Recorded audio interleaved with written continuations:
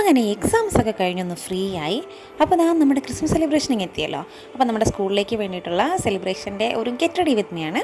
അപ്പം ഇതാണ് നമ്മുടെ ഡ്രസ്സ് വന്നിട്ട്. എല്ലാ തവണയും ഈ റെഡും വൈറ്റും തന്നെയാണല്ലോ. അപ്പം ഒരു ചേഞ്ച് ആവട്ടെ എന്ന് കരുതിയിട്ട് ഞാൻ ഒരു ഗ്രീനിൽ പിടിച്ചതായിരുന്നു. സംഭവം വേറെ ഒന്നുമല്ല, ഈ എക്സാംസ് ആയതുകൊണ്ട് എനിക്ക് വേറൊരു ഡ്രസ്സ് ചെയ്യാൻ പറ്റിയിട്ടുണ്ടായിരുന്നില്ല.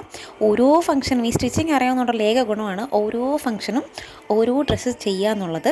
അപ്പം ഇതിലെനിക്ക് പറ്റിയിട്ടുണ്ടായിരുന്നില്ല. അപ്പോൾ കയ്യിലുണ്ടായിരുന്നൊരു ഗ്രീൻ വെച്ച് സ്റ്റൈൽ ചെയ്യാമെന്ന് വിചാരിച്ചു. ഇന്ന് ഞാൻ ഹെയർ ഒന്ന് സ്ട്രൈറ്റൻ ചെയ്തിട്ടുണ്ട് കേട്ടോ.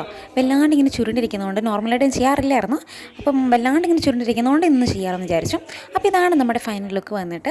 അപ്പം കഴിഞ്ഞില്ല, അതാ ഒരു പൊട്ടും കൂടിയുണ്ട്. ഇതിപ്പോൾ സംഭവം റീസെൻ്റായി തുടങ്ങിയൊരു ഒബ്സെഷനാണ്. ഒട്ടിക്കുന്ന പൊട്ടിനോട് എനിക്ക് അത്ര താല്പര്യമില്ലാത്തതുകൊണ്ട് ഐലൈനർ വെച്ച് ജസ്റ്റ് ഒന്ന് തൊടുന്നേ ഉള്ളൂ.